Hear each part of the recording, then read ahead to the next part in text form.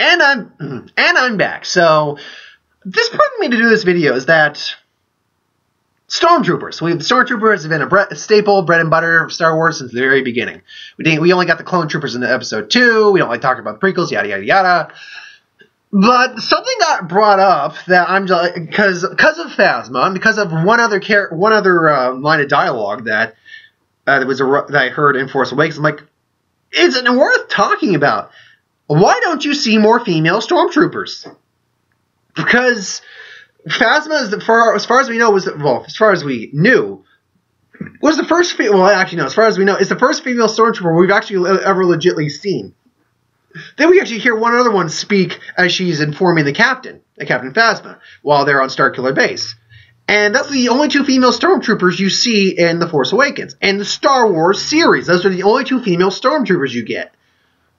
But I read that there's actually always been female Stormtroopers in the Imperial fleet. You've just never seen them. You've always heard the males speak. You've never heard the females speak. And granted, there might be more men than women, but that just might be how they do things. There may be more women than men. We just tend to see the men more. But the point is that because of the way the suits are designed, you don't see any sort of body gender. You can't specify gender through their suits because of the way they're designed. So the real question comes out then: why didn't we see female Stormtroopers in the original series? And they were obviously around. We probably even saw some die.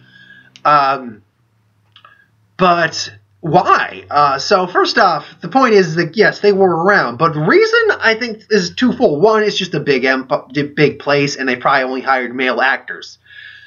But 2, and I think this is actually the more important one, is the time frame in which that was made.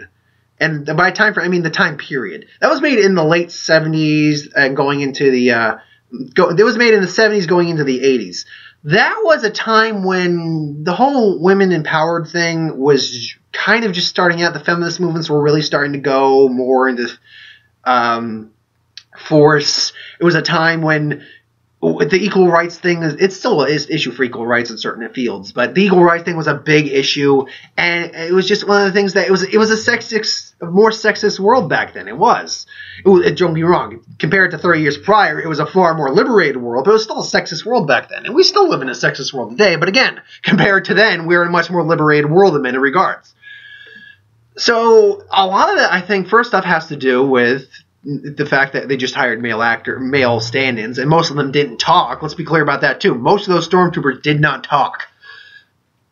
But also the fact that it was also part of the time. It was that, we want to see men were supposedly more imposing than women at the time, which is bullshit now. We know that now. Women can be just as imposing, if not more than men, all depending. I've spoken highly about how I want to see a female villain in the Marvel Universe.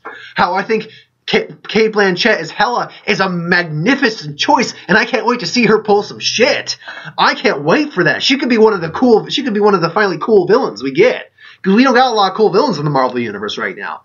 I've talked about how a female villain can be far more interesting and threatening than a male villain can be. Women can be just as imposing, if not more, than men.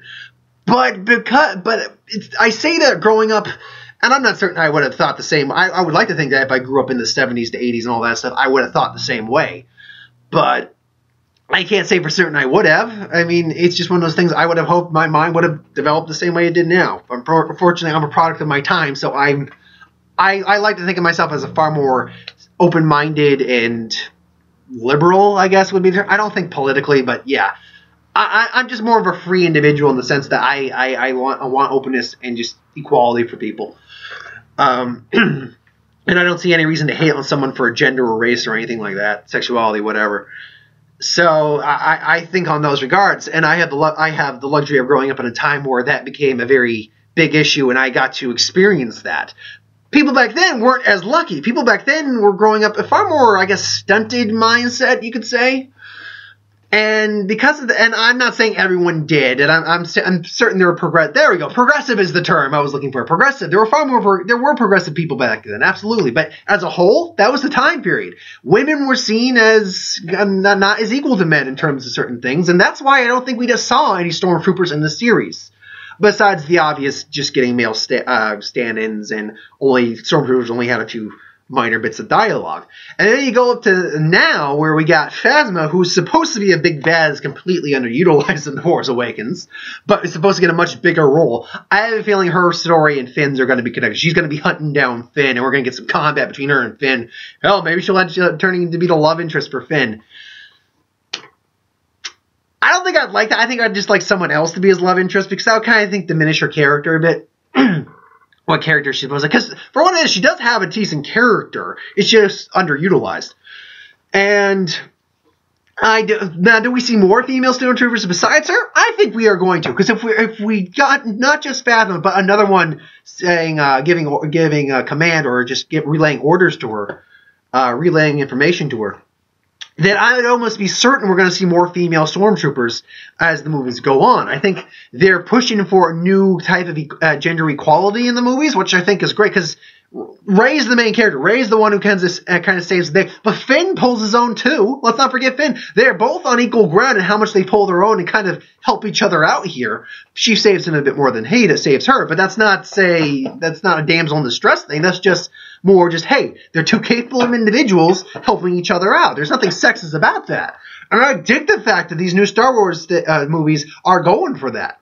Absolutely. I'm not sure if it's intentional or not, but that's how I kind of see it. And also, you look at the original series, too. Princess Leia was a feminist icon. She was a woman who stood on her own. But it doesn't mean she couldn't be vulnerable and need someone to be at her side. That's where Han came in. Han was able to kind of get her out of her shell and stuff like that, which some people might say is like, no, but it kind of diminishes the character. No, it doesn't. She's still a tough woman. She still kicks ass. But even a tough woman, even a tough guy, needs someone by their side that they can show their soft side to, that they can open up to and be comfortable with. And that's what the Han was to Leia in those movies. And it works perfectly for their characters. So, I mean, and even Natalie Portman has some badass, she's capable. Natalie Portman's Amidala is capable. So she's able to actually take on, she's able to fight to a degree. Now, granted, she's pregnant in the third movie, so she can't do crap for that. But the first two movies, she's actually, she's shooting droids, she's firing, stuff like that. She's involved. No matter how bad those movies is, her character's at least involved. So I respect the fact that they're going this route for female characters, and the Stormtroopers are no exception. I think we will see more female Stormtroopers, and I think it will be. I think we'll get more action. I think they'll actually do stuff. Phasma's probably going to kick a lot of ass, so it's going to be cool. It's going to be great. So, I mean, but it